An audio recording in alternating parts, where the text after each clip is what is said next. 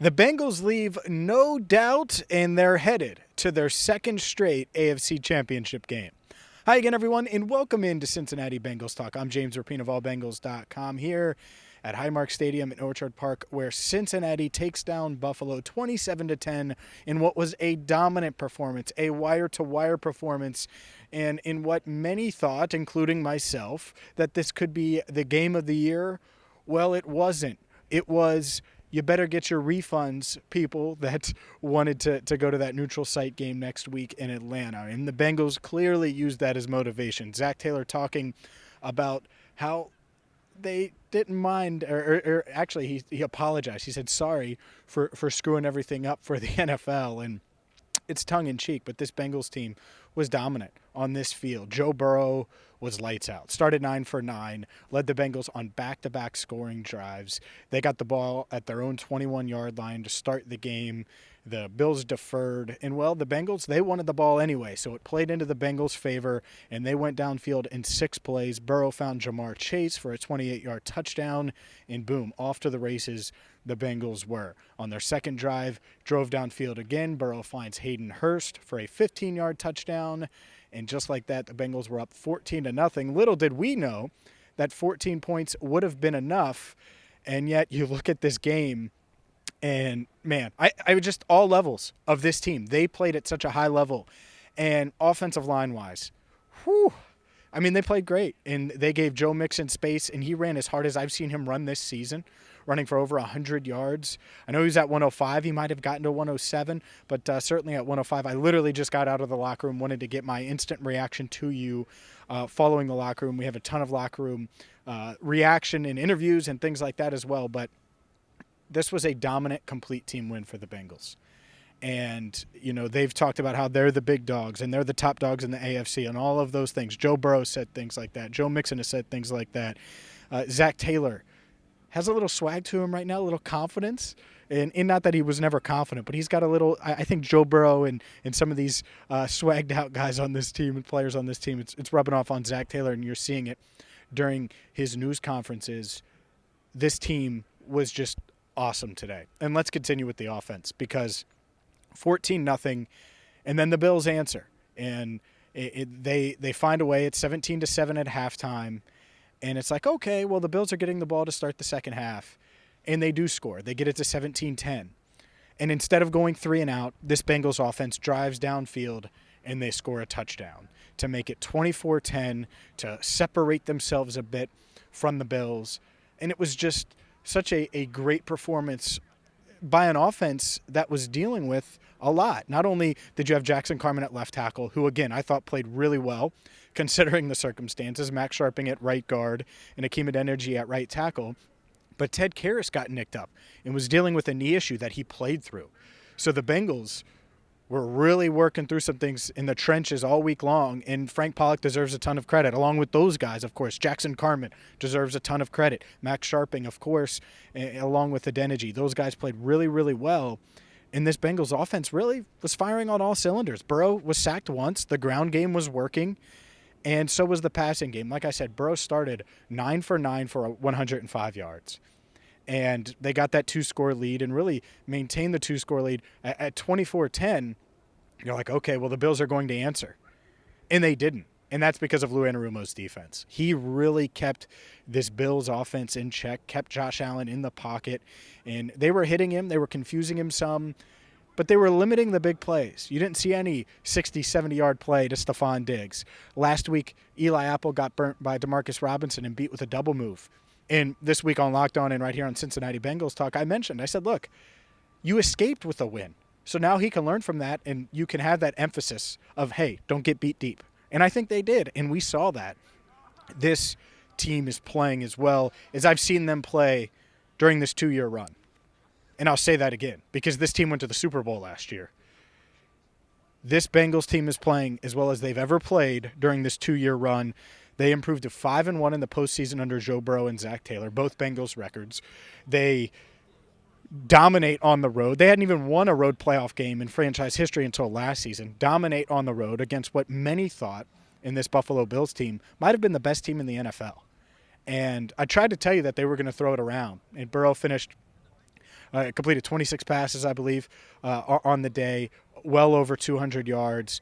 And towards the end of the game, the reason they didn't need to open it up too much, well, it's because they had the lead. I thought that the play at the end of the first half, by the way, the Jamar Chase touchdown that was overruled and called back, I thought it was a touchdown. He said he wasn't surprised by it. I was a bit surprised by it. And, yeah, the ball moved a little bit, but they called it a touchdown on the field, and he completed the catch to me, landed, and the ball never touched the ground. Yeah, did it move? It moved, but he still had it. I thought it would have just stood since it was a touchdown on the field. The play would stand, and it didn't happen. And those are the moments where you're like, oh, man, does this let the Bills back in it? Now it's only a 10-point game in halftime versus 14, and it didn't. By the way, if that happens, they get to that 30-point mark that I've been harping on. And I think the biggest surprise today, it's not the defense, it's not Joe Burrow, it's not Jamar Chase or Hayden Hurst hurdling guys. It's the fact that this ground game really got going, and they won in the trenches on both sides. That part of it is you expect it from this defensive line, but a shorthanded offensive line against a pretty good Buffalo Bills defense and defensive line, I don't think anyone really expected that. And yet that's what happened today. The Bengals were the more physical team, and they showed that, and man, that's mighty, mighty scary. Obviously, they're earning a date with the Kansas City Chiefs in the AFC Championship game, second straight year. And, man, that's going to be such a fun game. And we'll have a ton on that. But just a couple of other thoughts, news and notes here in just a second. But I do have to tell you to get to MyBookie right now, because conference championship week, that means you got to get to MyBookie. Use promo code BengalsTalk. Deposit $50, and you're going to get, boom, a deposit bonus that once you wager that $50, wager that deposit, you're going to get that bonus that you can cash out. It's real easy with MyBookie. They make it simple. There's not a bunch of snags or different things or hoops to jump through, nothing like that. All you have to do is use promo code BengalsTalk, make a deposit of $50 or more, and get to wagering today. Again, use promo code BengalsTalk at MyBookie. The thing that I tried to call all week long, and a lot of people talked about Evan McPherson's struggles this year. And so now you go on the road, and he didn't kick any super long field goals, but look at it here. I mean, there's snow everywhere. It's cold. It's a really loud environment. And yet, what happened? He accounted for 9 of the Bengals' 27 points. He was 3 for 3 on extra point attempts. He was 2 for 2 on field goals. And he was money Mac. And that's what I expect from him. I expected him to bounce back, and he did. And I thought that was huge. I think that this Bengals team, they're starting to really gel at the right time. And I tried to harp on the Ravens aspect of this when this offense was sputtering and people were talking about it. It's like, well, it's going to be different against the Bills. It's going to be different against the Bills because it's not that weird style that just really is a poor matchup for this Bengals offense, and we saw it today. I thought Jackson Carman, like I said, played well. He deserves a lot of credit. Why did I mention it again? Because I think he deserves that much credit. Who had that? Who had Joe Burrow just getting sacked once today? Who had Joe Mixon running for over 100 yards? I didn't have those things. And when Burrow's dialed in like that, and the offensive line is giving him time and opening up running lanes for Joe Mixon, this offense is going to be tough to stop. And you're not going to need Jamar Chase to be superhuman, even though he was really good today. Hayden Hurst was really good today. T. Higgins had a great one-handed catch.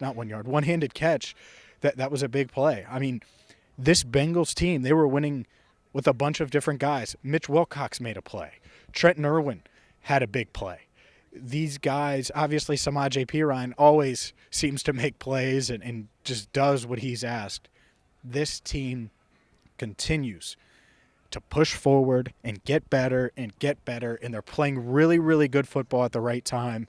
And then what a way to end it. Cam Taylor-Britt with the interception at the end of the game. Well-deserved.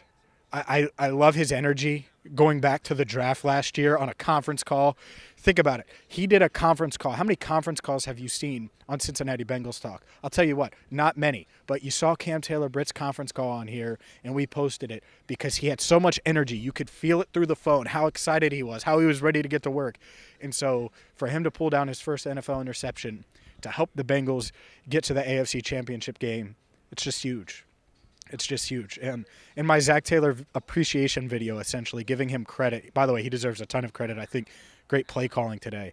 But last week I did that video. Hopefully you watched it. One thing I said was, understand that these are the good old days for the Bengals. Like, we're going to look back and be like, man, remember when they had all these guys? This is just a reminder. Remember, because these dudes are for real. They're a hell of a good team. I don't know how far they're going to go, but to do that against a motivated Bills team with a crowd that was full, and there were a lot of Bengals fans, by the way, shout out to you, but packed. This place was packed with Bills fans. To handle business like that, from Joe Burrow to throw it all over the field in weird conditions, in inclement weather, on down to Evan McPherson, up to the offensive line, anything in between. This Bengals team deserves a ton of credit. They were hungry. They showed it. And, well, they let everyone know afterwards that you better get your refunds if you plan on going to Atlanta for a neutral field AFC Championship game. We've posted a ton of videos right here on Cincinnati Bengals Talk, so hit that subscribe button. Make sure you check out Joe Burrow, Zach Taylor, Jamar Chase, T. Higgins, and so much more. Hayden Hurst, Joe Mixon. We got them all right here on CBT, and you better believe we're going to have you covered all week long. It's AFC Championship Game week, so make sure you keep it locked right here. Check out allbengals.com, the Locked On Bengals podcast. For Andrew Fox Miller, who's killing it back in his home, he calls it cave, home studio. I'm James Rapien, signing off for now on CBT, Cincinnati Bengals Talk, where the Bengals beat the Bills 27-10 at Highmark Stadium to advance to the AFC Championship Game for a second straight season.